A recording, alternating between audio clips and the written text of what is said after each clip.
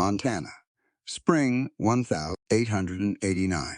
The flood is swallowing everything, and this man is about to lose it all. The woman jumps off the wagon, grabs the shovel, and in 12 strokes the water turns. Calder freezes, mud across his face, eyes locked on her. "Who are you?" She doesn't look up. "My name is Eliza Ward. Your sister hired me to keep your house." He looks around, leaking roof, sinking floors, water pouring through the cellar wall, then says quietly, "You came a long way to keep a house that may not be standing by morning." But Eliza Ward is no ordinary housekeeper, and this land isn't dying from bad soil. Someone is deliberately drowning it. The story of the woman who saved an entire valley starts right now. The wagon nearly didn't make it. Eliza felt the rear wheels go sideways before she heard the crack of the axle striking stone, and she grabbed the seatboard with both hands while the driver swore quietly and urged his mule forward through 6 inches of moving water. The road had become a creek somewhere around the last bend. She couldn't say exactly when. "Rourke's Hollow," the driver announced, though his voice held no particular confidence. Eliza looked. The ranch sat at the base of a long slope, and the slope was running water down every fold and crease in the land. The lower yard was under. She could see a man, tall, broad, moving fast, trying to push a fence rail back into position, while a horse screamed on the other side of it. She climbed down from the wagon before the driver could argue. The mud was immediate. It went over her boot tops in the first 3 steps, cold and black and smelling of something old and decayed. She didn't stop. She crossed what had been the kitchen garden and found a shovel leaning against the well housing, and she stood there for 10 seconds with her eyes moving across the yard. Water was coming from the wrong direction. She'd spent enough of her life beside canals and levees to read a yard the way other people read a map. The slope said the water should be arriving from the south, from the swollen creek down the valley. But the pressure she was seeing, the way it pushed against the fence posts, the way it curled around the barn's northern corner, that was coming from higher up, from the ridge. She cut a trench through the kitchen garden in 12 strokes. It wasn't graceful. It wasn't engineered. But the water found it immediately, and the pressure against the barn's northern wall dropped enough that the foundation timber stopped groaning. The fence rail caught. The horse stopped screaming. The man noticed her about 30 seconds later. He came around the barn door with mud on his face and fury in his expression. And then he saw the shovel in her hands and the fresh cut in the earth and the water running away from his barn instead of under it, and the fury became something harder to read. "Who are you?" he said. "My name is Eliza Ward." She kept the shovel. "Your sister hired me to keep your house." He looked at her for a long moment.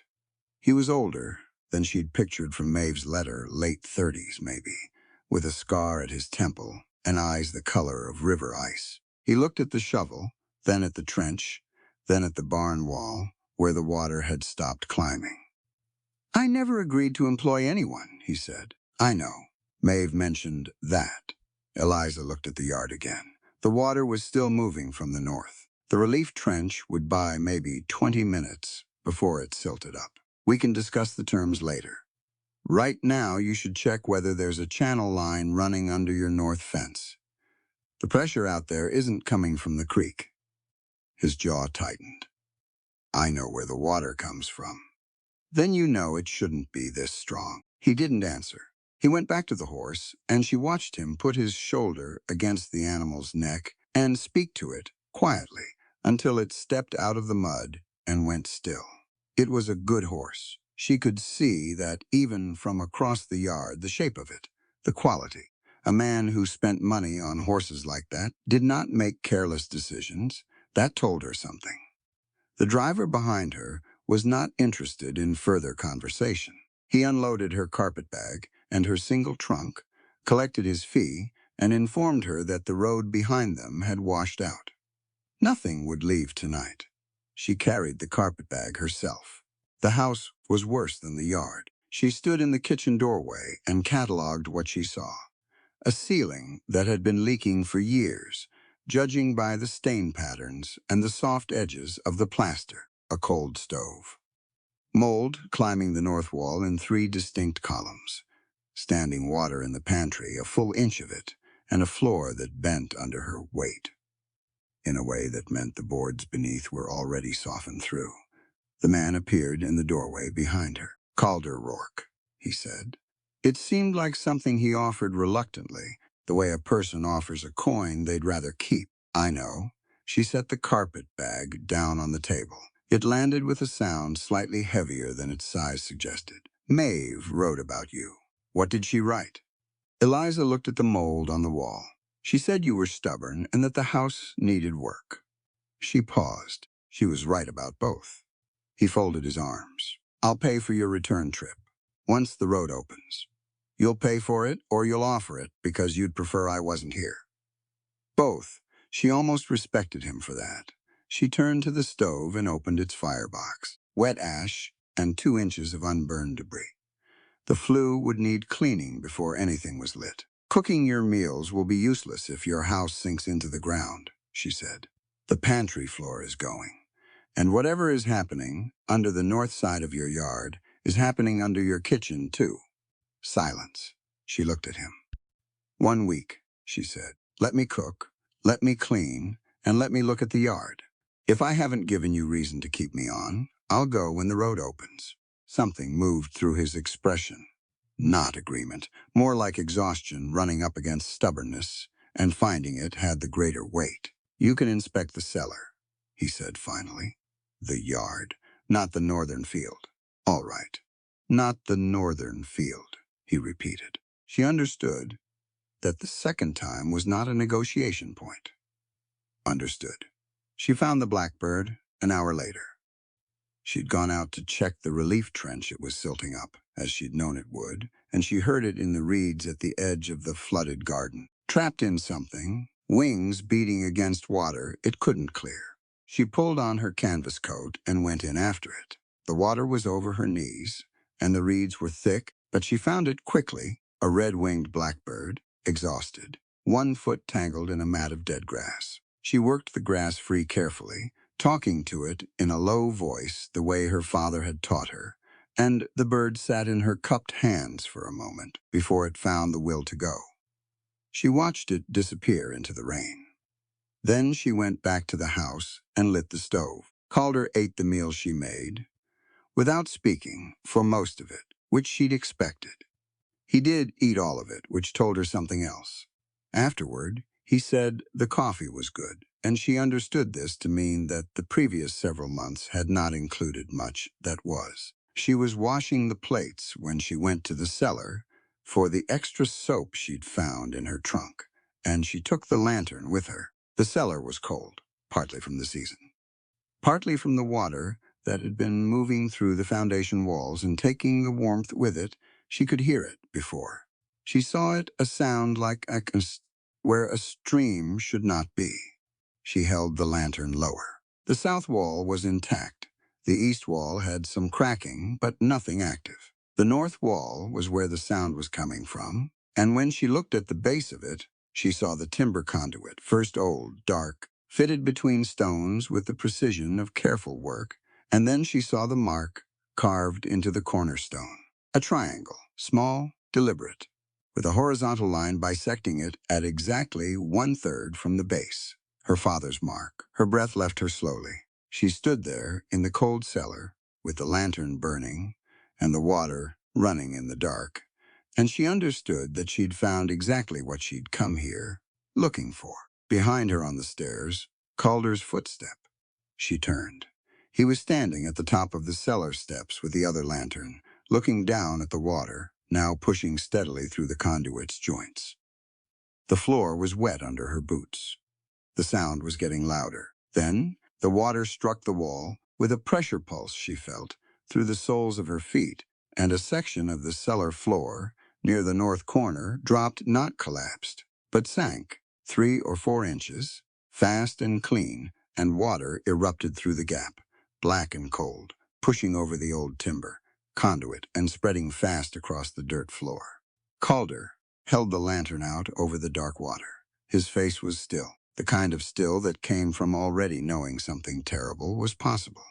That channel was sealed, he said, the year my brother died. Eliza looked at her father's mark on the cornerstone. She looked at the water rising around her boots. She looked at the man standing on the stairs above her, holding his light over a past he clearly had not finished with. She said nothing, but she didn't leave the cellar either. They worked through the night with grain sacks. Eliza filled them from the depleted store in the barn, while Calder stacked them against the broken cellar wall. And they didn't speak much because there wasn't much to say that the water wasn't already saying louder. By 2 in the morning, the flow had slowed to a seep. By 4, it had stopped altogether. The floor held. When the sky went gray, she went upstairs and built a fire in the stove, and made biscuits from what flour she could find, and fried the last of some cured pork, and brewed coffee that was strong enough to be useful. She set 2 plates. She sat down at one of them. Calder came in from the yard, still damp, and sat across from her without ceremony. He ate. She ate. Outside, rain moved across the roof in slow waves. After a while, he said, "I owe you for the trench." "You don't," she said. The barn would have gone otherwise. He looked at her across the table. "You knew where to dig." "I read the current. Your water wasn't arriving where it should have been." She wrapped both hands around her coffee cup. "The pressure pulse was what told me. Natural runoff doesn't move like that. It doesn't arrive all at once and at the same angle." He said nothing. She reached into the pocket of her work skirt and set a folded page on the table between them. "Terms," she said, "for a 30-day arrangement." He unfolded it. She watched his eyes move down the list: cooking, cleaning, laundry, preserving, household supplies, and at the bottom, one line she'd written separately, the right to repair anything that threatens the structural integrity of the house and yard. "This last one," he said. "I mean what it says. The pantry floor is soft. The cellar wall will open again if the pressure returns. You can't keep a house that's sinking. Ranch decisions are mine." "I'm not asking for ranch decisions. I'm asking to fix the house you hired me to keep." She looked at him steadily. "Those are different things." He folded the page and set it back on the table without returning it to her, which she understood as agreement, more or less. She started her measurements that same morning. Flour lines on the yard stones to track the water line. Glass jars sunk into the soil at 6 points around the foundation, each with a small stone inside, so she could see whether the ground was settling. String levels tied between the fence posts to give her a baseline. It wasn't how her father would have done it. He had instruments, calibrated ones, but it told her what she needed to know. The water moved every afternoon. Not always much, but the jars showed it, and the flour lines showed it, and by the 3rd day she had written the times in her notebook. 12 minutes past 2, 14 minutes past 2, 10 minutes past 2, always within that window, always from the north. She told Calder at supper on the 4th day. "That's snowmelt from the upper drainage," he said. He didn't look up from his plate. "Snowmelt doesn't run on a schedule," she said. "Snowmelt runs when the sun hits it and stops when the temperature drops. This is arriving at the same hour every afternoon, regardless of cloud cover or temperature." Silence. "Someone is releasing it," she said. Upstream. Deliberately, he set his fork down. "You're saying, Harrow, I'm saying someone with a gait and a reason." She left that where it was. He was quiet for a long moment. "Harrow claims the releases are unavoidable.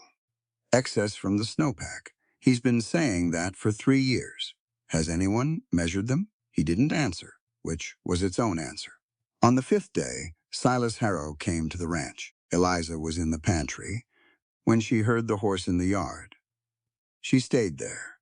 She pulled the pantry door mostly closed and stood behind it in the cool and the dark and listened to the sound of Harrow's voice carrying through the kitchen wall. She'd never met Harrow directly, but she knew his voice from a meeting she'd attended with her father years ago, before things went wrong. He had the kind of voice that was always presenting, something always making an offer that sounded like generosity, and was something else entirely. Through the crack in the pantry door, she could see her traveling coat hanging by the stove. She watched and kept still. "The land's past recovering," Harrow was saying. "I'll take the horses off your hands at a fair price, let you clear your debts, and start somewhere better." Calder's voice was even. "The horses aren't for sale, Calder. I've watched this property decline for 3 years. There's no shame in the horses aren't for sale." A pause. She heard boots move on the kitchen floorboards, and she understood that Harrow was looking around the room, looking at what had changed: the repaired stovepipe, the clean table, her coat. "You have someone staying here," Harrow said. "A housekeeper." "My sister arranged it." Another pause, shorter this time. "Well, the offer stands." His boots moved toward the door. "Think about it." After the sound of his horse faded, Calder came and opened the pantry door. "He saw the coat," Eliza said. "Yes." She came out of the pantry and they stood in the kitchen, not quite looking at each other. "He'll want to know who I am," she said. "He'll find out I have a housekeeper and lose interest."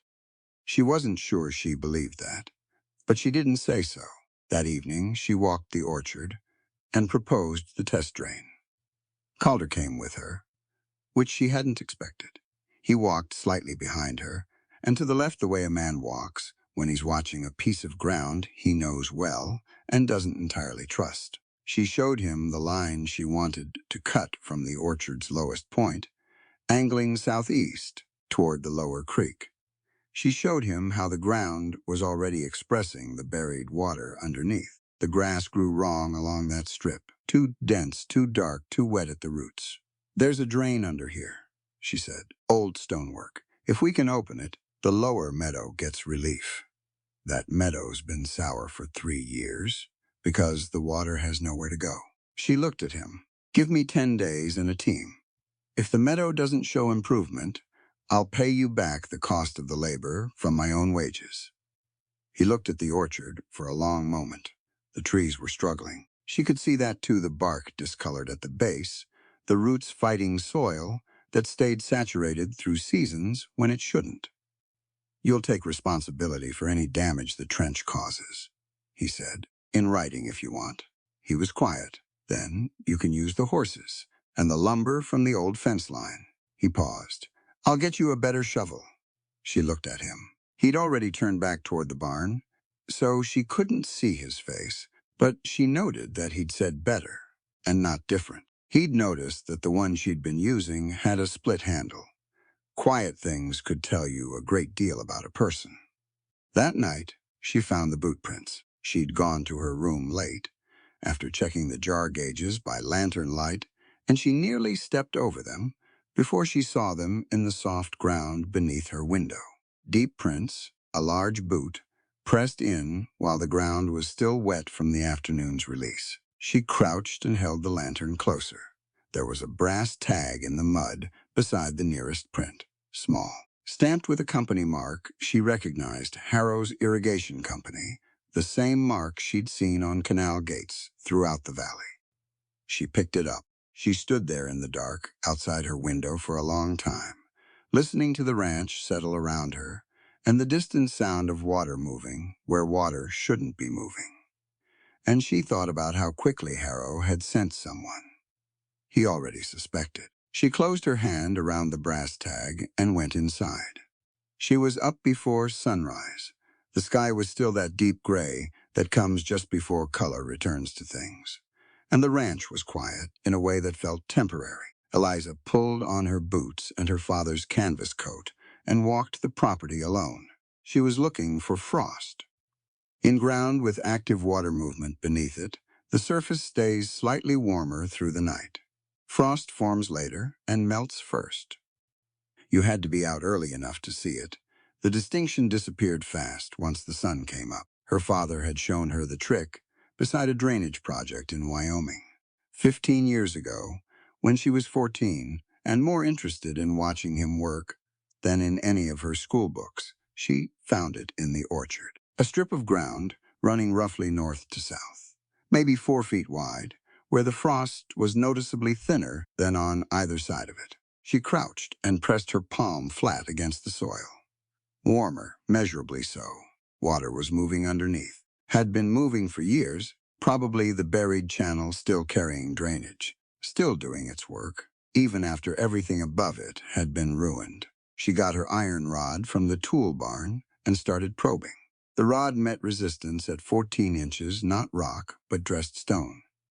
She worked along the line for 20 feet and found the same resistance throughout. The channel was intact, clogged, certainly, but the structure was there. Calder found her there an hour later. He stood at the orchard fence and watched her drive the rod into the ground at measured intervals, writing numbers in her notebook after each one. She could feel him watching, but she didn't stop. "You're going to explain what you're doing," he said finally. It wasn't quite a question. "There's a buried drain under here, stone-lined, still intact." She pointed to the frost line, already softening in the early light. "The ground there is warmer because water's moving inside it. Frost shows you where." He looked at the strip of ground. "That's a real method," he said, and it had the tone of a man recalculating something. "My father taught it to me. He spent 30 years reading land that other people had written off." Calder looked at her then, and she felt the question he didn't ask sitting in the air between them. She moved on before he could form it. "I need to open a section. See what's inside before we commit to clearing the whole line." Jonah Pike arrived around 8, with a load of fence posts on his wagon. He was 60-something, weathered the way, old cedar weathers harder, with age rather than softer, and he had the deliberate movements of a man who'd been hurt by careless work once and had no intention of repeating the experience. He brought the posts around to the east fence and was unloading them when he saw Eliza probing the orchard ground. He stopped unloading. He walked over and stood beside her and looked at what she was doing, and then he crouched down and looked at the exposed stone edge where she'd opened a small test section. "Mercer work," he said quietly. Eliza kept her face steady. "You know the style?" Knew the man. "Slightly." Jonah ran one finger along the fitted stone. "He did the first drainage survey in this valley, before Harrow built his canals on top of everything." He stood up and looked at Calder. "This is old work, good work, better than anything Harrow's crew ever laid." "It's blocked," Eliza said. "I want to clear it." "What's inside it?" She'd already probed the section carefully before opening it, and she had a reasonable idea. Clay, most likely, some debris, possibly deliberate packing. Jonah looked at her with an expression that was not quite suspicion and not quite welcome. "Somewhere between them, you've done this before." "Yes." He nodded once, which seemed to constitute acceptance, and went back to get his own tool from the wagon. What they found inside was worse than clay. When they carefully opened a 4-foot section of the channel, she could see the blockage clearly: packed wool, the dense, waterlogged kind mixed with wagon chains, and driven clay. It hadn't washed in. Someone had put it there. "This didn't happen by accident," Jonah said. "No." Eliza crouched and looked at the depth of the packing. "This took time. Someone knew exactly where this channel ran and what it was doing." Calder stood behind them. She could hear him breathing. She organized the clearing carefully, not all at once, which would send a sudden surge down a channel whose lower sections she hadn't yet inspected. They worked in 3-foot segments, clearing and reinforcing as they went, using willow bundles cut from the creek bank and fitted stones from the orchard wall to hold the channel walls while the pressure changed. By afternoon, water was moving, not a flood, not even a strong flow, just a steady, quiet movement through clean stone. And at the lower end of the line, at the point where the channel met the meadow edge, the standing pools began to drain. She watched a section of meadow floor appear for the first time in years. Dark soil, compressed and starved of air, but solid underfoot. The cattle found it within the hour. She watched 3 of them walk out onto the recovered ground, slow and uncertain at first, and then drop their heads and graze. Calder stood beside her. "I forgot what it looked like," he said. "Then dry ground, I mean." She understood that he wasn't only talking about the meadow. Harrow's men released a surge at 2:15. She'd half expected it, but the force was stronger than the previous days. And the new channel walls weren't yet reinforced below the orchard, she shouted to Jonah, and they moved fast willow bundles into the weak sections, stones pressed into the gaps, her hands in the cold water alongside Jonah's, while Calder drove stakes to hold the frame. The walls held, barely. Calder caught his palm on a rusted wire brace during the work. She saw him press it against his vest and keep going, and when the immediate danger had passed, she made him stop and let her look at it. "It needs cleaning," she said. "It's fine. It will be fine after it's cleaned." She got the cloth from her coat pocket she'd taken to carrying a clean one, and he sat on the orchard fence and let her work, which told her he trusted her more than he was willing to say out loud. "You knew the timing," he said while she worked. "The surge came at exactly the same hour. I've been tracking it for a week." She pressed the cloth firm. "The release today came at the same minute as one my father recorded in his old notes. The same schedule." Calder was quiet. "Harrow is using your father's original control timetable," he said. "Yes, which means he still has the documentation, and he knows the system well enough to operate it." She looked up at him. "The question is why he needs this particular property to flood." Before Calder could answer, she heard footsteps on the dry ground behind her. She turned. Mateo Ruiz was standing at the edge of the orchard, just beyond the shadow of the trees. He was Harrow's man. She recognized the company work coat, but he was standing alone, and he wasn't looking at Calder. He was looking at her. He didn't greet either of them. He looked at Eliza with an expression that was careful and very tired, and he said, "Miss Mercer, the next release will be twice this strong." He let that sit for one breath. Then he said, "Harrow knows you've come back to Sagewater." Mateo didn't stay. He said what he'd come to say, and left the orchard the same way he'd arrived, quietly, without looking back. Eliza watched him go until the trees swallowed him up, and then she stood there with Calder's bandaged hand still in hers, and neither of them spoke for a moment. "He called you Miss Mercer," Calder said. "Yes. Your name is Ward." She let go of his hand. "Ward is my mother's maiden name. I've been using it since I came to Sagewater." She kept her voice level. "I needed to speak with Mateo. He asked me to meet him at the abandoned survey cabin this morning. I went." Calder looked at her. "Alone. He wouldn't have come if I'd brought you." Calder turned away from her and looked out across the recovered section of meadow at the cattle grazing on ground that had been underwater since before she'd arrived. His jaw was set hard. "What is your real name?" he said. She had known this moment was coming. She'd known it since the first night in the flooded cellar, when she'd seen her father's survey mark on the cornerstone. She'd told herself she would find the right time for it, the right circumstances. There had been no right time. "There never was, Eliza Jane Mercer," she said. "Ansel Mercer was my father." The silence that followed was absolute. Calder turned back to her slowly. His expression didn't shift all at once. It moved through several things in sequence, and she watched each one of them. Recognition, calculation.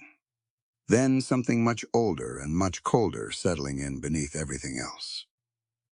"Mercer," he said. "Yes, the engineer who built the gate that killed my brother. The engineer whose gate was altered after he completed it." She held his gaze. "I know what this valley believes.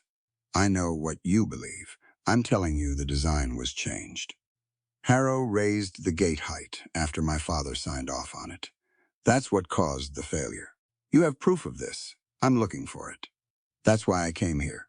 She paused. "Mateo confirmed this morning that Harrow ordered the timed releases onto your land. He wouldn't say it in front of anyone else, but he said it to me, and he showed me marks in the survey cabin.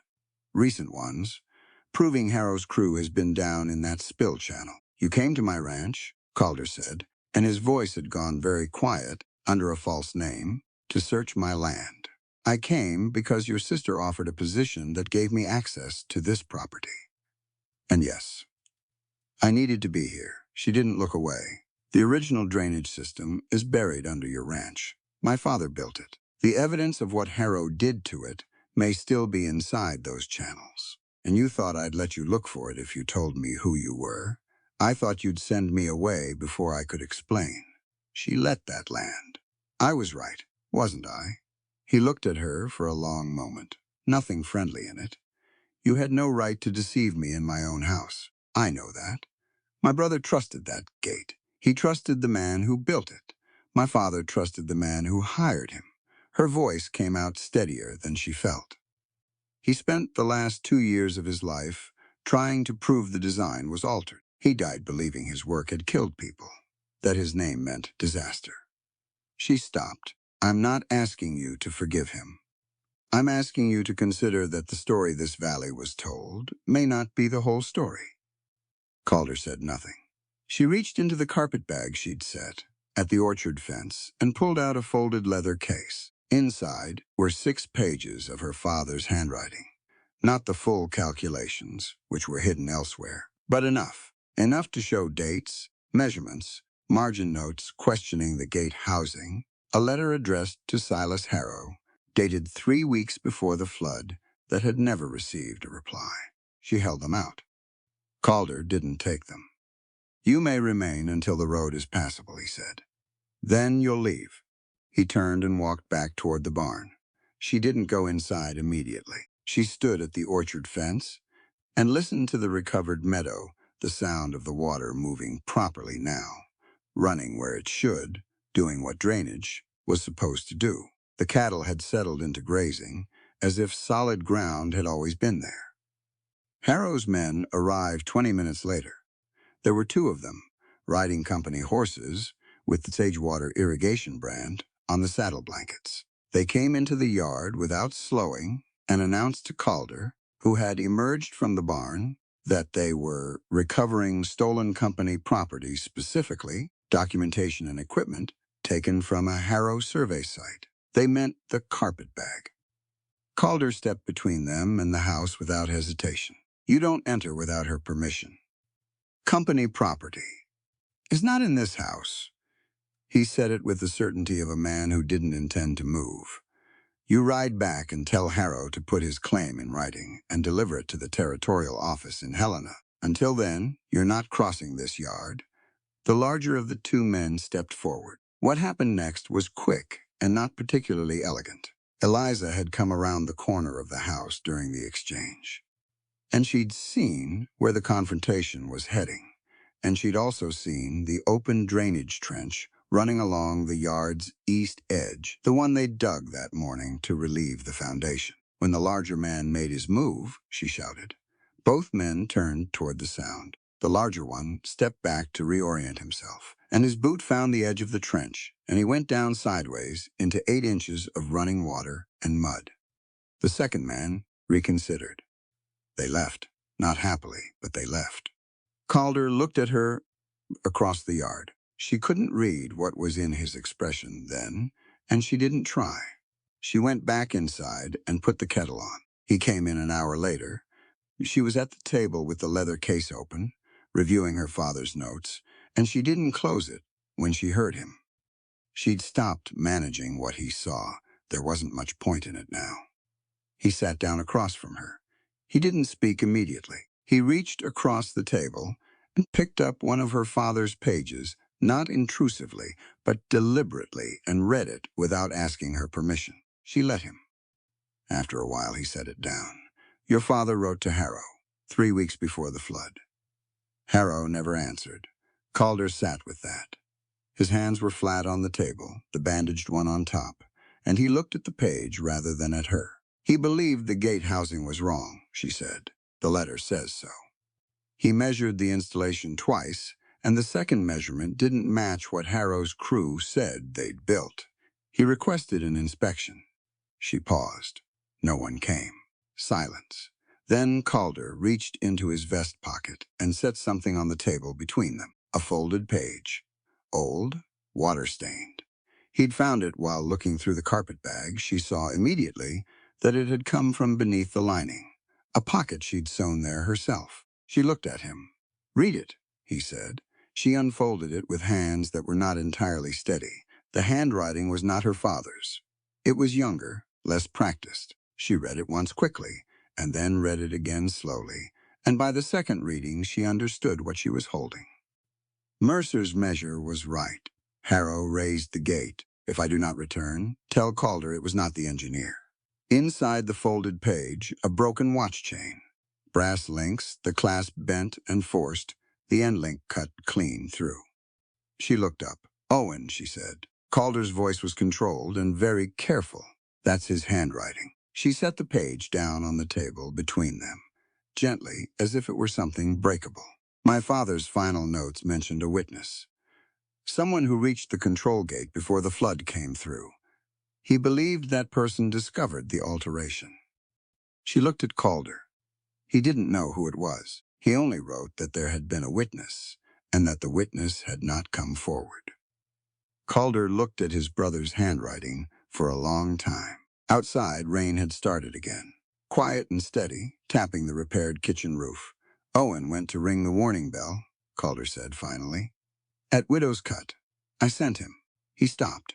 He didn't come back. She said nothing, because there was nothing that would help right now, and she knew it. I let this valley blame your father, he said, because speaking would have meant admitting I sent Owen into it, that my approval of the survey route helped Harrow build that system. He pressed his hand flat against the table. I told myself that speaking wouldn't bring Owen back, that it would only destroy another family. She waited. I know that was wrong, he said. She picked up the broken watch chain and held it for a moment, then set it beside his hand. They sat there with the rain and the evidence between them until the fire in the stove burned low. The dog started barking just before 10, not the distracted bark of a rabbit at the fence line, the continuous, urgent kind that meant something large was moving. Calder was out of his chair before Eliza had set down her notebook, and by the time they reached the back door, they could hear it, a low roar building in the upper field, the sound of a significant volume of water finding a slope. The northern bank broke at 10 past 10. She saw the wall of it in the lantern light darkened fast, carrying debris, tearing at the channel edges. She and Jonah had reinforced only that afternoon. The new drain was nowhere near large enough to carry this volume. It had been built for the regular daily releases, not for this. Open the orchard cut, she said. Calder was already moving. She ran to where Maeve and Jonah were building a brush barrier across the lower section. Maeve had arrived at the ranch an hour earlier with news from town and had not yet left, and she directed them to shift the barrier 15 feet east where the ground was harder and would hold under pressure. Pack the base with stone first, she told Jonah. Brush on top of stone, not stone on top of brush. Jonah knew. He'd already started on it. She moved on. The orchard cut helped. She could hear the flow dividing, some of it redirecting east. But the main surge was still pushing south toward the lower meadow, and the channel walls she'd built were beginning to flex under the load. Then, one of the horse teams started screaming. She spun toward the sound. 2 workhorses, the ones Calder had left, hitched near the barn. For the morning's planned work, were trapped in a section of yard that had flooded fast. The water was at their knees and rising, and the harness lines had tangled in the fence debris. Calder was already in the water. She watched him go in up to his thighs and start working on the harness lines by feel because the water was black and there was no seeing into it. He had a knife out. He was cutting rather than untangling, which was the right decision. You couldn't untangle wet leather in moving water in the dark. The bank collapsed. It happened in one motion. The soil had been saturated for hours, and the load finally exceeded what it could bear, and a 6-foot section of the channel bank gave way, and the water shifted course and took Calder with it. She didn't think about it. She grabbed the rope coiled on the barn wall, tied one end around the post that was still standing, and went in after him. The current was strong enough to knock her sideways, but she'd grown up in flood margins, and she knew how to angle into a current rather than fight across it. She found him by sound, the sound of his boots catching on something, and she threw the rope in that direction and shouted. He caught it. She braced herself against the post and held while Jonah, who had appeared behind her, added his weight to hers. The current fought them, for what felt like a long time. Then Calder's hand found the fence rail, and he pulled himself clear. He came out of the water gasping, one hand pressed to his side. He was upright. He was intact. She let out a breath she'd been holding for the better part of a minute. The horses had found their footing and were moving toward higher ground, the cut harness lines trailing behind them. Afterward, when the surge had done what it was going to do, and the flow had reduced to something manageable, they sat on the porch steps and assessed the damage. The lower channel had held better than she'd expected. Some of the orchard wall would need rebuilding. The meadow had reflooded, not completely, not back to where it had been, but enough to lose a week's worth of work. Her shoulder was bleeding. She hadn't noticed it happening. Submerged wire somewhere in the current, a clean, deep cut running across the back of her left shoulder. She noticed it when the cold left and the pain arrived, and she reached back to feel the extent of it, and Calder said, "Stop, let me look. It's fine." "It's not. Stop moving." She stopped. He cleaned the wound in the kitchen under the lantern light, using water and the clean cloth she'd kept in her coat pocket, and he stitched it with the needle and thread she showed him in her medical tin. He had steady hands. She didn't tell him to be careful, because she could see he already was your father, Calder said, while he worked. Did he know who the witness was? No. He only knew someone had been there.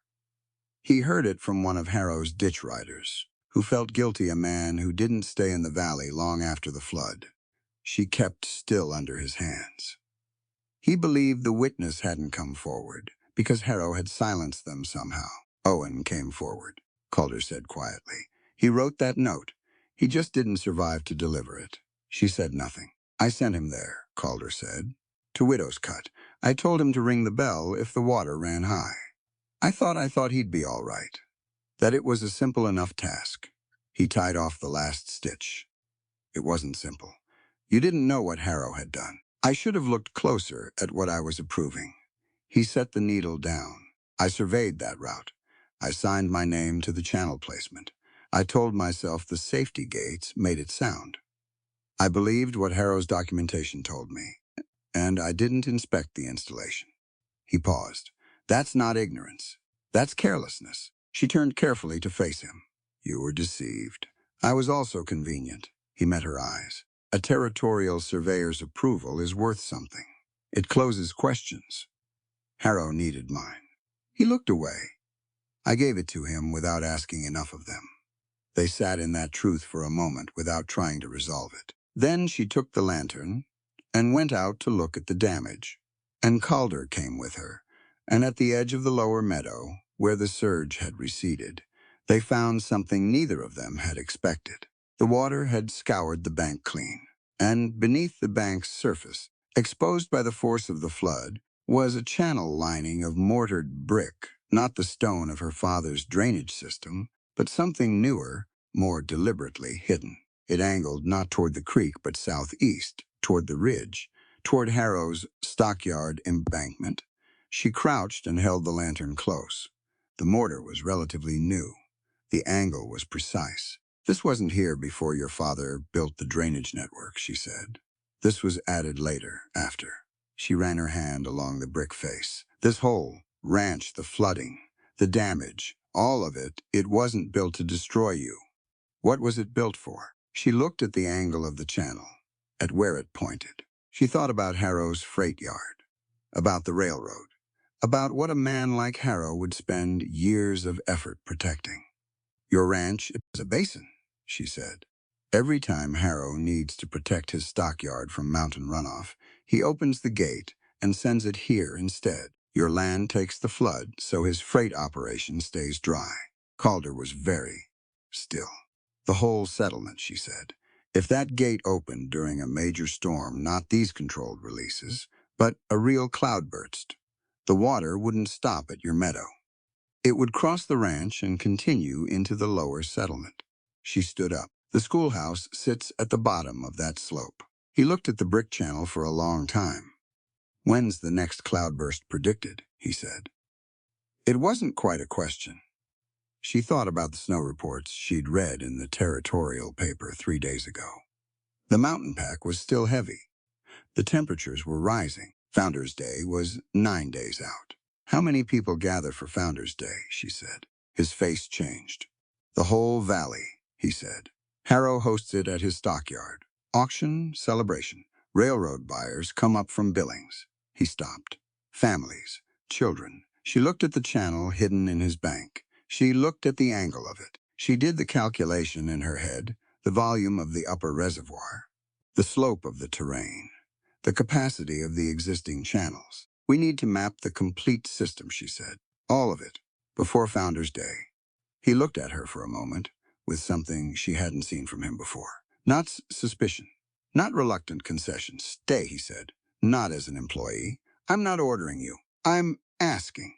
He paused. You're the only person who understands what's under this land.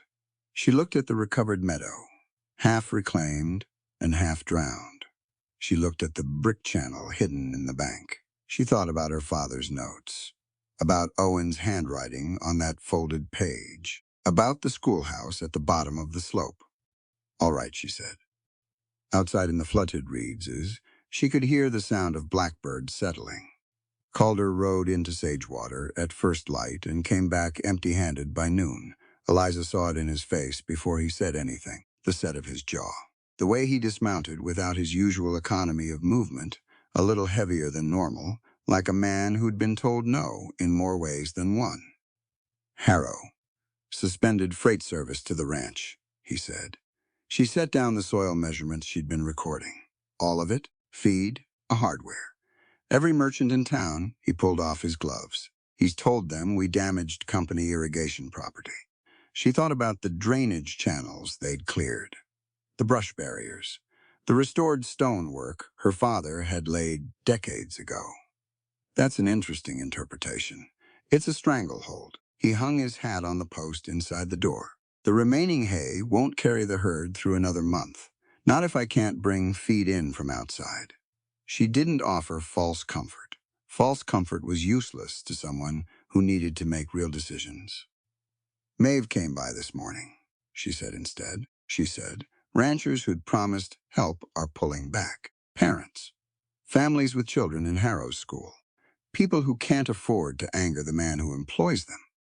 She paused. She's not wrong about the risk. No, he sat down at the table. She's not. They worked through the morning quietly. Eliza had been building the warning system with Nell Ames, a simple telegraph code they'd designed together over 3 visits to the Sagewater office, using short and long sequences to identify the source of a water release and the direction of threat. Nell had taken to it immediately, the way quick minds take to systems that have an internal logic. That afternoon, Jonah arrived with stone and began laying the secondary drainage channel they'd planned. He worked without being asked what needed doing next, which was useful. Eliza had noticed that Jonah understood drainage the way a man understands a language he learned young, not from instruction, but from living inside it. Tell me about this valley before Harrow built his canals, she said, working beside him.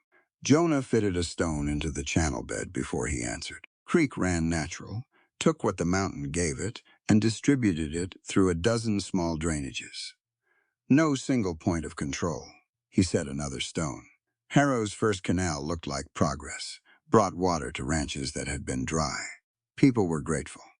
He paused. Gratitude is a chain if the person who earned it knows how to use it. She wrote that down in her notebook that evening.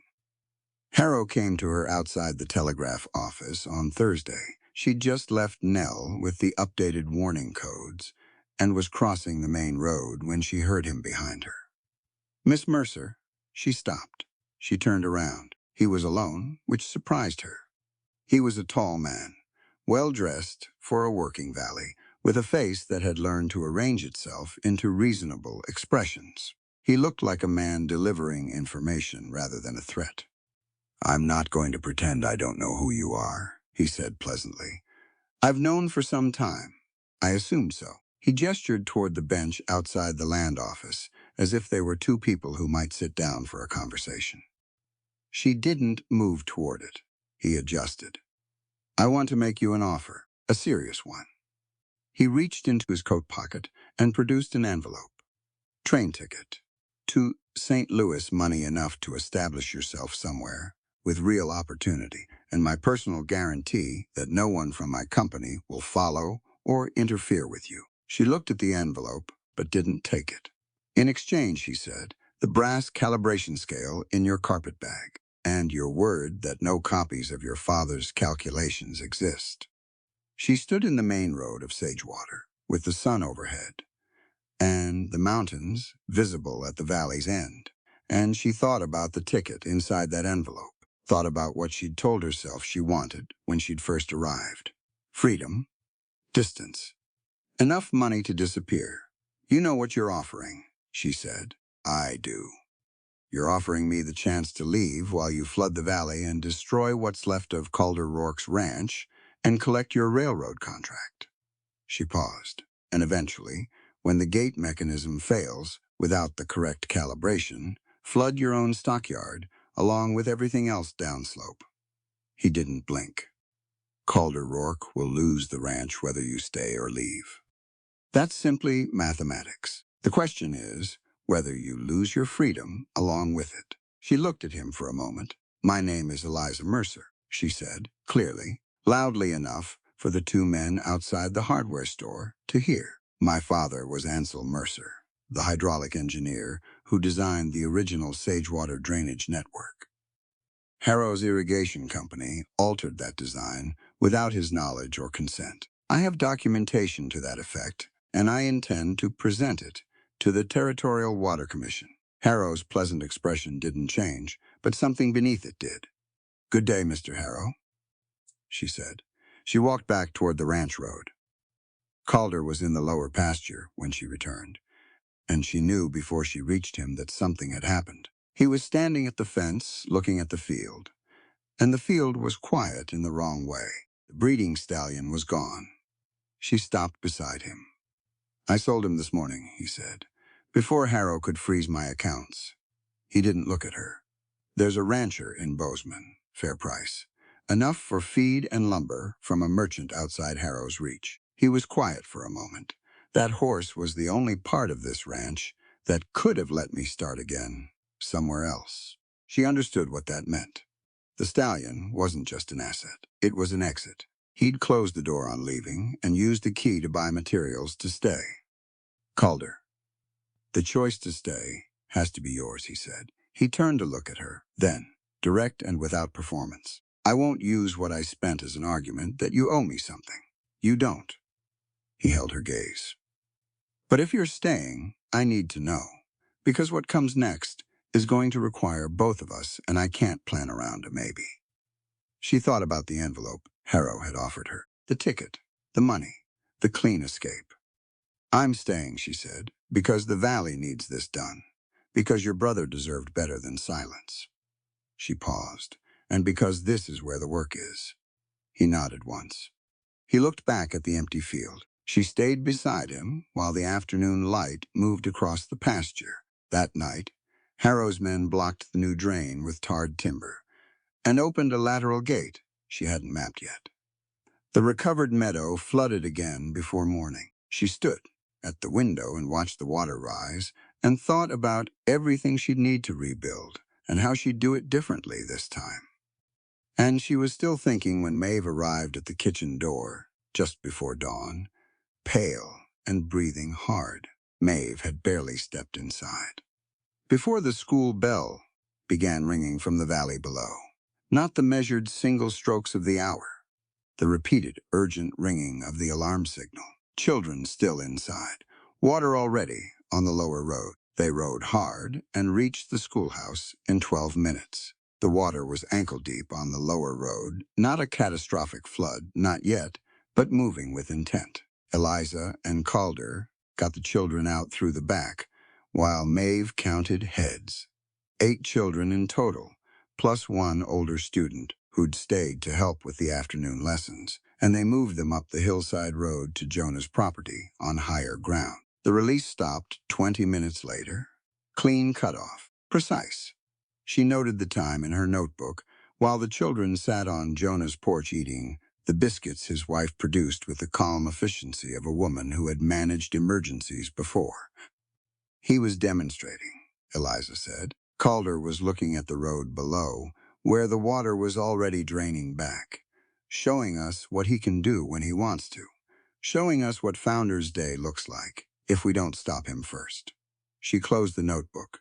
We need to inspect the widow's cut gate before the celebration.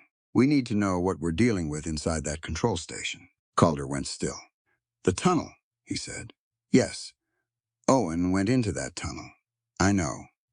She kept her voice even. I'm not asking you to go first. I'm asking you to come with me. He looked at her for a long time. Then he turned away and looked at the mountain, at the snowpack still heavy on the upper ridges, at the sky that had been building clouds all week. You helped survey this route, she said quietly. You said so yourself.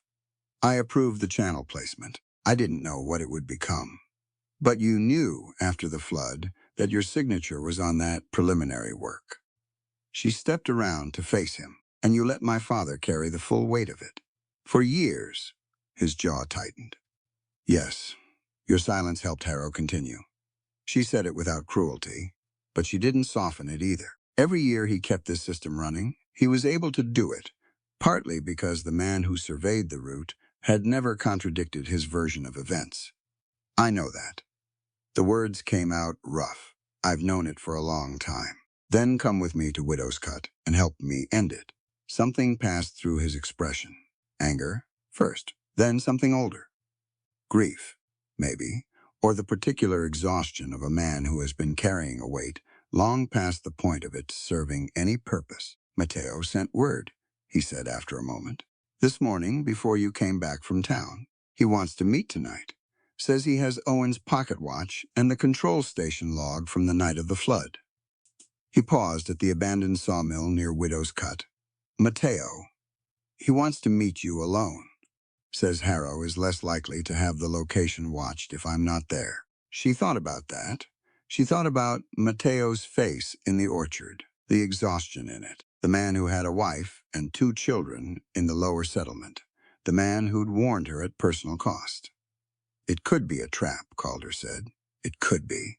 She picked up her coat from Jonah's fence post. Or it could be the control log that proves what Harrow ordered done to that gate. I'll follow behind.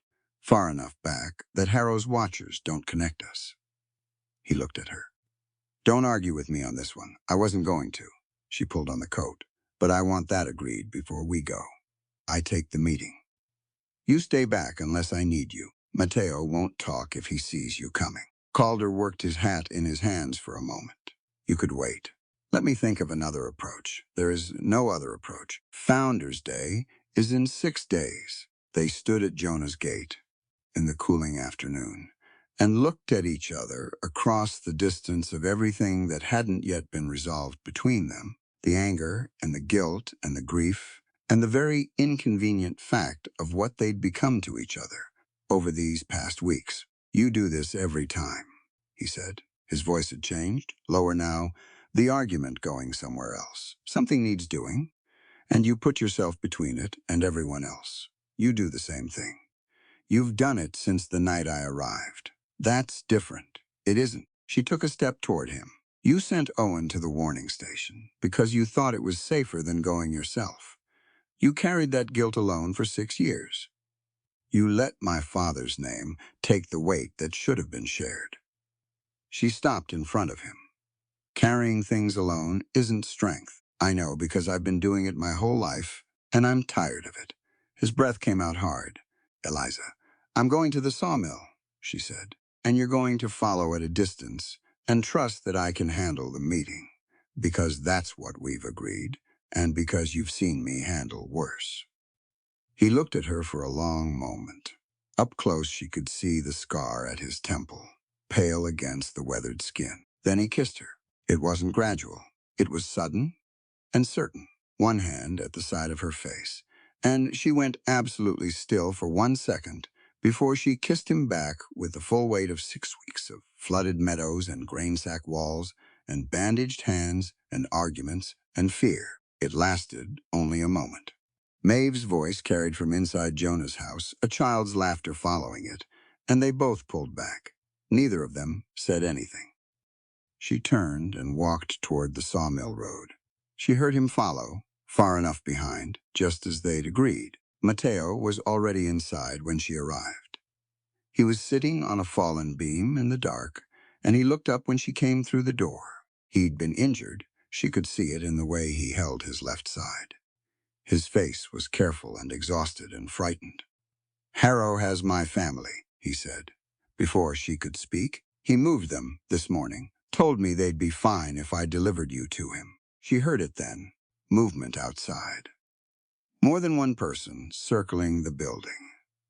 Mateo said, "I'm sorry." She had one moment before they came through the door, one moment to decide. She pulled the carpet bag from her coat, found the wooden handle. She pressed the hidden panel in the grip, and the brass calibration scale slid into her palm, cold and thin, and engraved with her father's most precise markings. She crossed to the far wall and found the gap between the old floorboards, pushed the scale down into the dark below and let it rest on the earth beneath. Harrow's men came in. They took her to the control house at Widow's Cut and locked the door. It was a stone building, low and thick-walled, built into the side of the gorge, where the main irrigation gate connected the upper reservoir to the valley's channel network. Harrow had added to it over the years new timber framing, a heavy iron door, a catwalk above the gate mechanism. But the original stonework was older. Her father's notes had described it. She recognized the construction from his drawings. Harrow arrived 20 minutes after his men brought her in. He searched the carpet bag thoroughly. He found nothing useful: her notebooks, a change of clothes, a tin of medical supplies. He set the bag aside and looked at her. "Where is the scale?" "I don't know what you mean." He studied her face, the way a man studies a contract for hidden clauses. Then he pulled a chair from the corner and sat down across from her, patient and unhurried. "Let me explain what the scale does," he said, as if this were a technical discussion between colleagues. "This gate mechanism is 30 years old. The counterweight ratios were calibrated to your father's original specifications. Over time, the main locking pin has shifted." He paused. "Without the original graduated measurement, any significant adjustment to the gate position risks a catastrophic overload. The mechanism releases all at once rather than in sequence. You built a system you can no longer fully control," she said, "and you need my father's instrument to fix it. I need it to operate it safely during a planned release." He leaned back. "Founders' Day is in 4 days. A substantial water event will occur regardless. The only question is whether it's managed or unmanaged." She said nothing. "Tell me how the reverse flow mechanism works," he said, "and where the scale is, and I'll have your train ticket ready before morning." She looked at the gate ropes above her head. The counterweight system was visible through the iron grating in the ceiling. Large timber frames, hemp rope as thick as her wrist, iron blocks suspended at measured heights. Her father had designed the original. She could see where Harrow's men had modified it. The secondary lever they'd added, the bypass chain running outside the main sequence. She could also see that the main gate rope was already wet. Hemp rope stretches when it's wet, and stretch changes tension. And changed tension changes the force required to move the gate. If that rope stretched enough before the release, the gate would descend unevenly, one side faster than the other. That was useful. While Harrow talked, she listened to the mechanism. And while she appeared to consider his offer, she began loosening the soaked hemp where it passed through the guide ring closest to her chair, working her fingers against the fibers in small movements that looked like nothing from across the room. Mateo was in the adjacent room. She could hear him shifting against whatever they'd used to restrain him. Harrow left her alone for 2 hours. That was his mistake. She found the survey pin in her boot, a narrow steel pin, 4 inches long, the kind her father had used to mark drainage lines in soft ground. She'd taken to carrying one after the first week at the ranch. Habit or instinct, or the memory of her father, telling her that a woman who knew drainage should always have a way to make a mark. The door between her room and Mateo's was old timber on an iron frame. The latch mechanism was on her side. She worked the pin into the gap at the latch plate and felt it catch, and 20 seconds later the latch lifted. Mateo looked up from the floor. He'd been bound with rope at the wrists, secured to a ring bolt in the wall. She went to work on the rope immediately.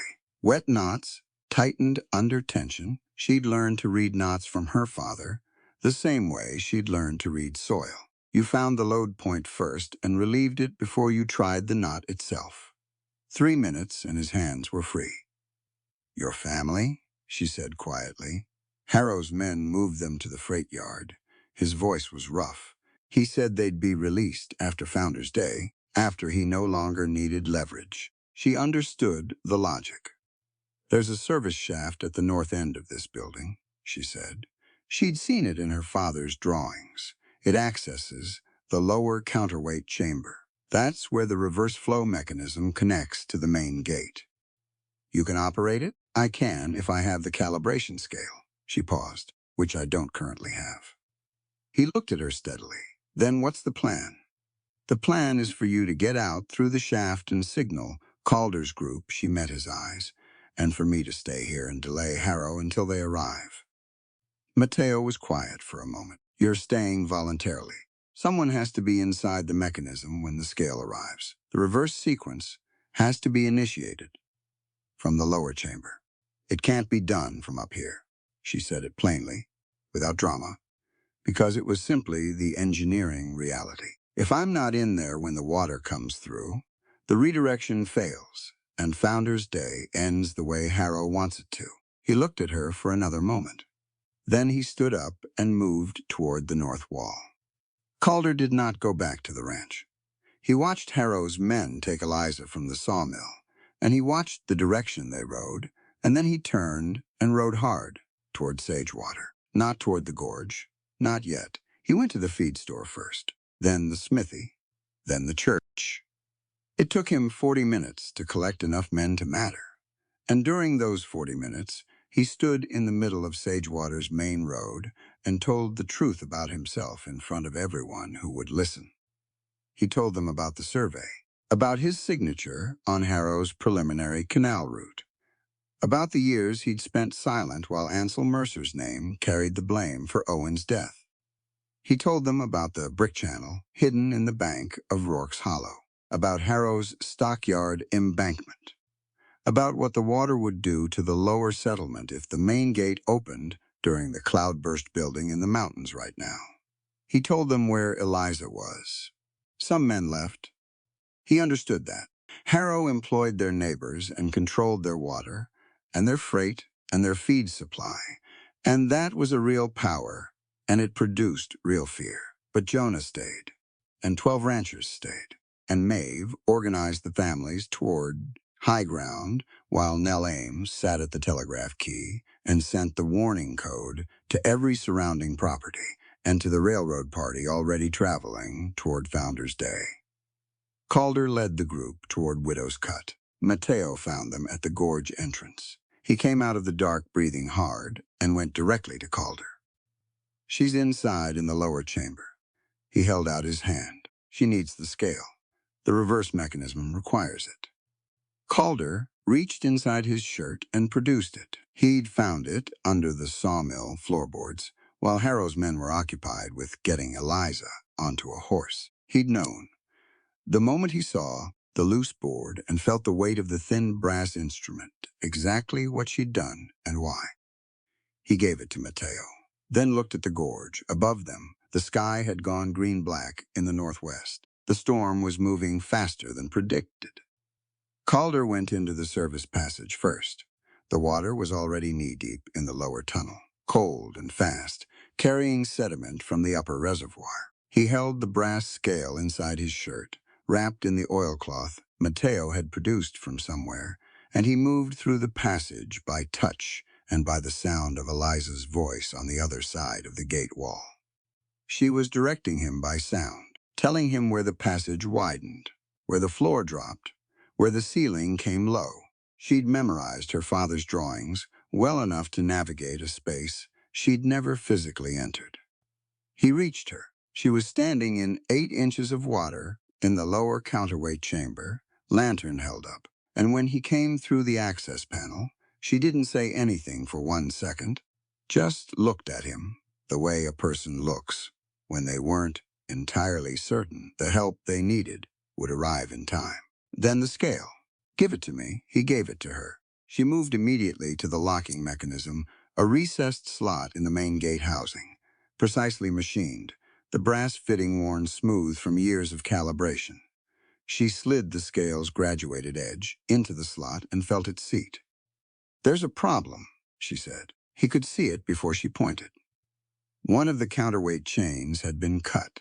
Not broken from use, cut cleanly recently by someone who understood the mechanism well enough to know which chain would cripple the reversal sequence. Harrow's men had done it before they'd left. She looked at the chain end.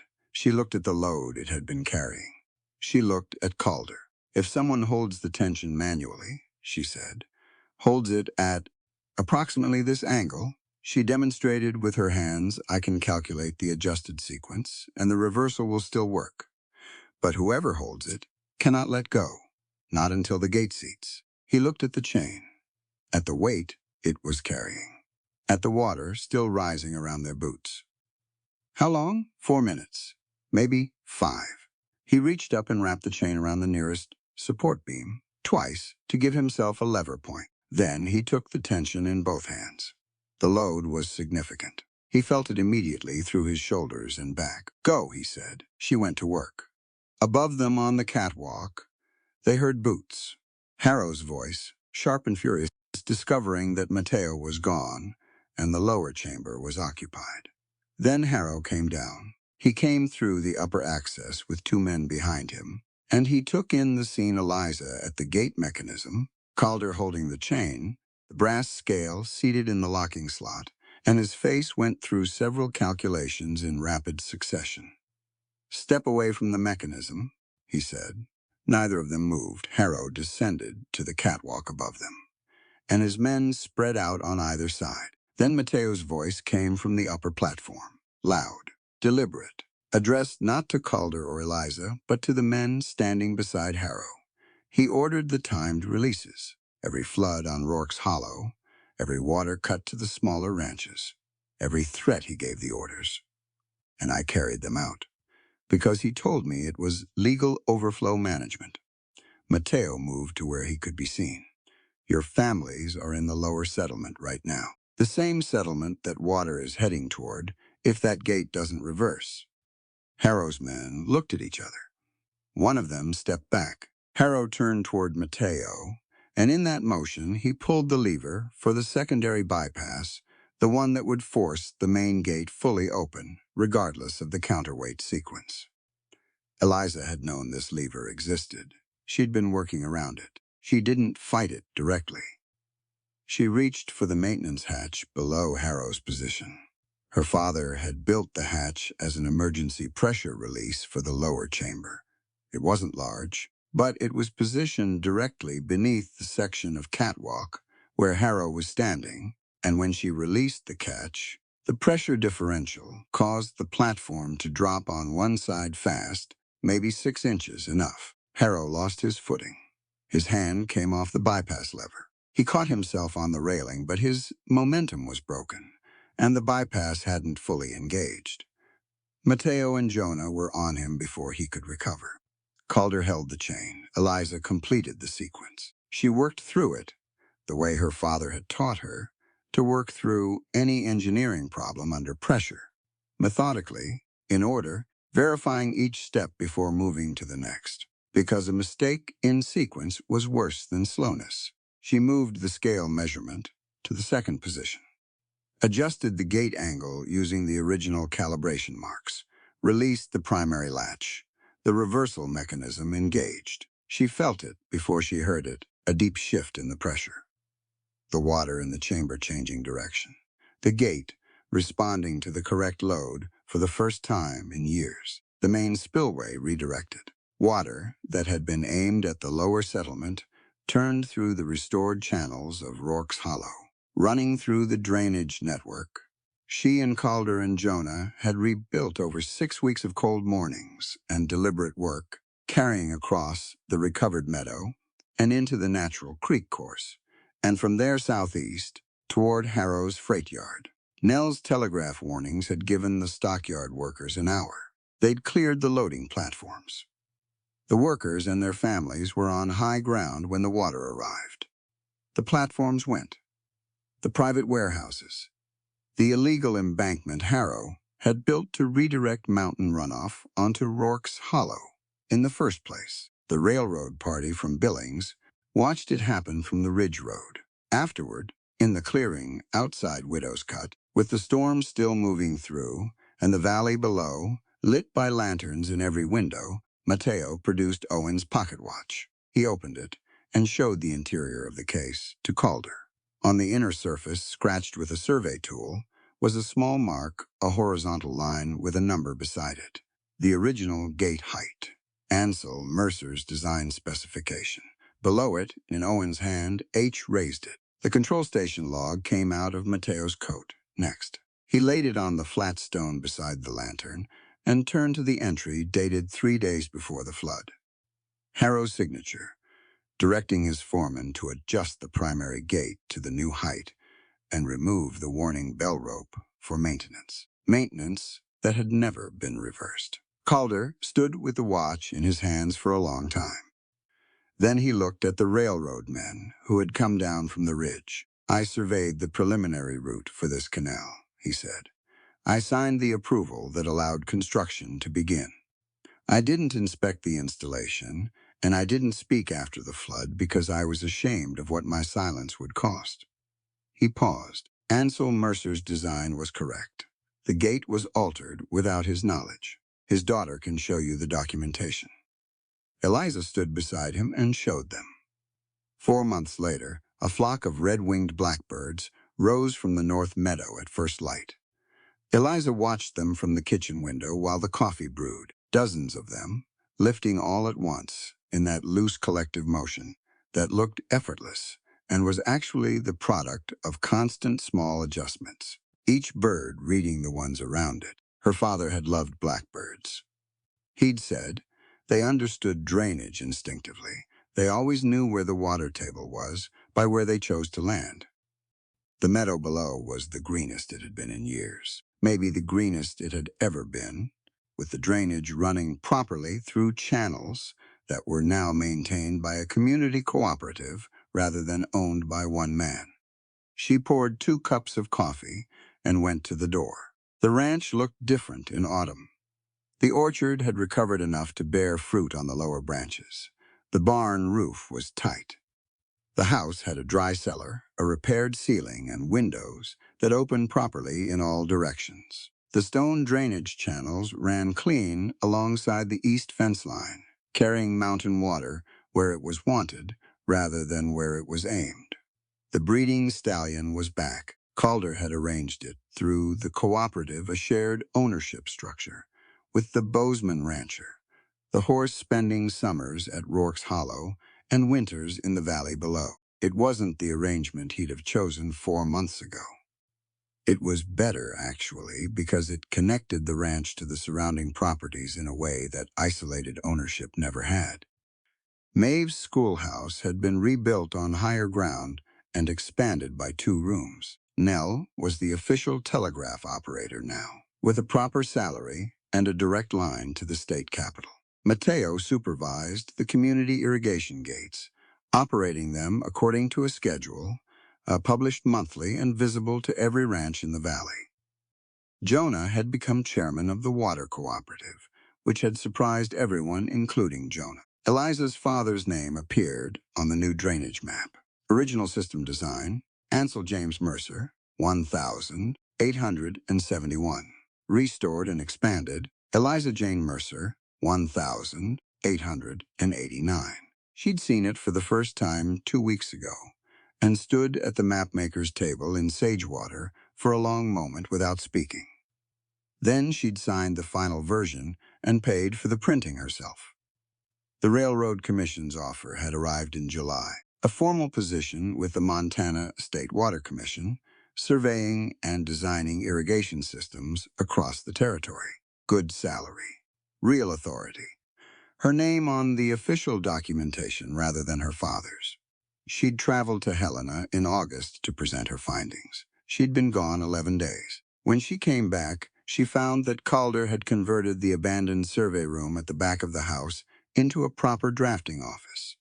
New shelving, a large flat table at the right height, a south-facing window for clear light. Her father's surviving notes arranged on the shelf in chronological order, the way she'd kept them in the carpet bag.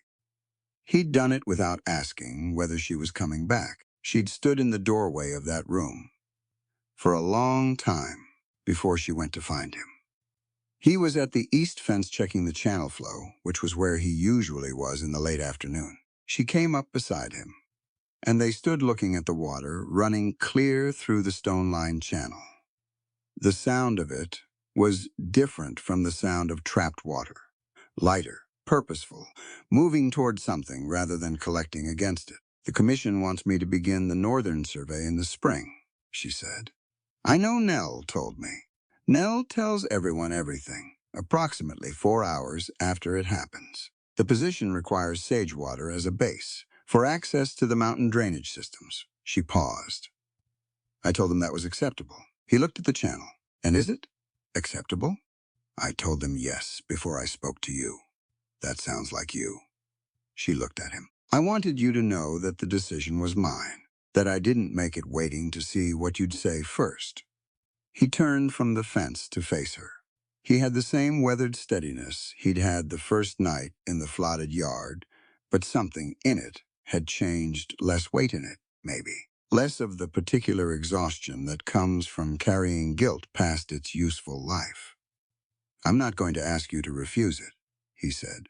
That offer is what you've worked toward since before you came here. I know you're not going to ask me to refuse it. She held his gaze. That's part of why I'm staying. He looked at her steadily. I love you, he said. I'm not saying it to keep you here. I'm saying it because it's been true for some time, and it seemed honest to leave it unsaid. He paused. You don't have to answer it any particular way. She thought about the first night she'd arrived. The flooded yard and the wrong direction water, and the man trying to save a horse in the dark. She thought about 6 weeks of grain sacks and drainage channels, and the smell of dry earth returning to ground that had forgotten it. She thought about the drafting room with her father's notes arranged on the shelf. I came here to find evidence and restore a name, she said. That's what I told myself. She looked at the meadow, at the channels, at the house with light in every window. I found something larger than I was looking for. I'd like to stay in it. He reached into his vest pocket and held out his hand. In his palm sat a small ring, brass, fashioned from the damaged outer edge of the calibration scale. Simple, precise, warm from being carried. No particular urgency attached to this, he said. No conditions. It's a question, not an argument. She took it from his palm and held it in her own. Ask me in the spring, she said. After the first survey is done and I know what the work looks like. Ask me when we're both standing on ground. We've had time to choose clearly. He nodded. All right. She kept the ring. The autumn livestock gathering brought ranchers to the ridge above Rourke's Hollow on a clear October afternoon, and they stood there, looking down at the recovered meadow, the healthy herd moving through it, the orchard coming back, the long outdoor table set for supper, with more people around it than the ranch had seen in years. Jonah stood beside Calder at the fence and looked at what the valley had become. Finest ground in Sagewater Valley, he said. I'd put money on it. Calder looked at Eliza, who was at the table with Maeve and Nell, laughing at something, her chestnut hair coming loose from its braid in the autumn wind. She came to keep house, he said. Eliza looked up and caught them both watching her. She looked at the dry foundation beneath her feet, the green fields, the clear channels carrying water where her father had always said it should go. I did come to keep a house, she said. I simply found the house was larger than either of us knew. Blackbirds settled over the meadow as the sun went down. The water ran clean through every channel, no longer controlled by one man's fear. Moving the way water moves when a valley decides to manage it together, steady, purposeful, and free. Inside the ranch house, light came from every repaired window. There's something this story keeps coming back to, and I think it's worth sitting with for a moment before we part ways. Eliza Mercer didn't save Rorke's Hollow because she was fearless. She saved it because she refused to let fear be the final word. She arrived carrying a hidden name, a hidden past, and a grief she'd been hauling alone for years. And still she picked up the shovel. Still she read the water. Still she stayed when every reasonable voice in her head was telling her to take Harrow's ticket and disappear. That's not the absence of fear. That's something harder and more useful than that. That's a person choosing the work in front of them over the safety of staying invisible. And Calder. Here's a man who'd been punishing himself for 6 years with the particular cruelty that only quiet people are capable of, not loud suffering, but the slow kind, where you decide you don't deserve a future and then spend every day proving yourself right. He thought isolation was responsibility. He thought carrying everything alone was the same as protecting the people around him. It wasn't. It never is. The moment he stood in the middle of that road in Sagewater and told the truth out loud about the survey, about Owen, about his own part in it, that was the moment the ranch actually started to heal. Not when the water reversed. Not when Harrow lost his contract.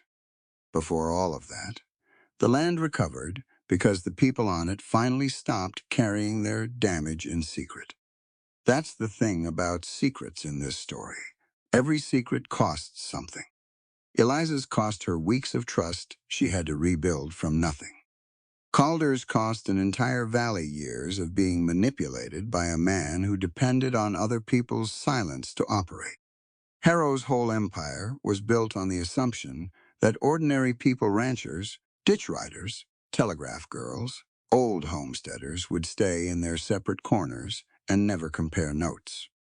He was right, until they didn't. The moment Nell sent the warning code, the moment Mateo spoke up on that catwalk, the moment Jonah showed a frightened community how to lay stone in a drainage channel, that was the end of Harrow.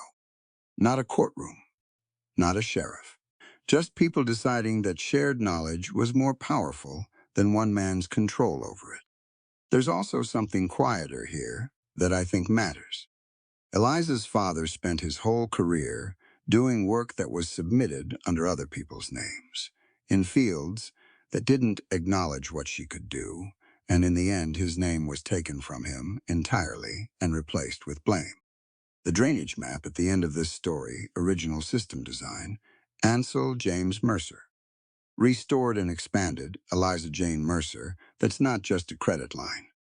That's a correction. That's a daughter finishing what her father started and making sure history gets it right this time. That kind of legacy, the kind built through honest work and then honestly named, is the only kind that actually holds up. Everything Harrow built, the canals, the embankments, the freight empire, went down with the water he couldn't control anymore. Everything Ansel Mercer built is still standing at the end of the story, carrying water where it should go, with his name on it. And the romance. I know what you're thinking. It's a love story. Of course they end up together. But I'd push back on the word together a little. Because what Eliza and Calder build isn't togetherness in the sense of one completing the other. It's partnership, real partnership, where she keeps her commission, keeps her work, keeps her name, keeps the freedom to survey the Northern Territories in the spring, and he builds her a drafting office without asking whether she's coming back, because he trusts her to make that choice herself. That ring fashioned from the calibration scale isn't a claim. It's a question, and she answers it on her own timeline, from solid ground. That's what love that actually respects someone looks like. Not rescue, not merger. Two people standing on land they rebuilt together, each of them still fully themselves. So if this story leaves you with anything, let it be this: the land doesn't lie. Water finds the truth eventually, no matter how many gates you close against it. And the work of restoration, whether it's a flooded meadow, a ruined reputation, or a heart that decided it didn't deserve a future, that work is always worth doing. It's never fast, it's never clean, but it holds. Thank you for spending this time in Sagewater Valley. If the story meant something to you, share it with someone who might need it. And I'll see you in the next one. This story is a work of fiction. All characters, locations, events, and engineering scenarios depicted are entirely imaginary and created for entertainment purposes only. Any resemblance to real persons or historical events is coincidental.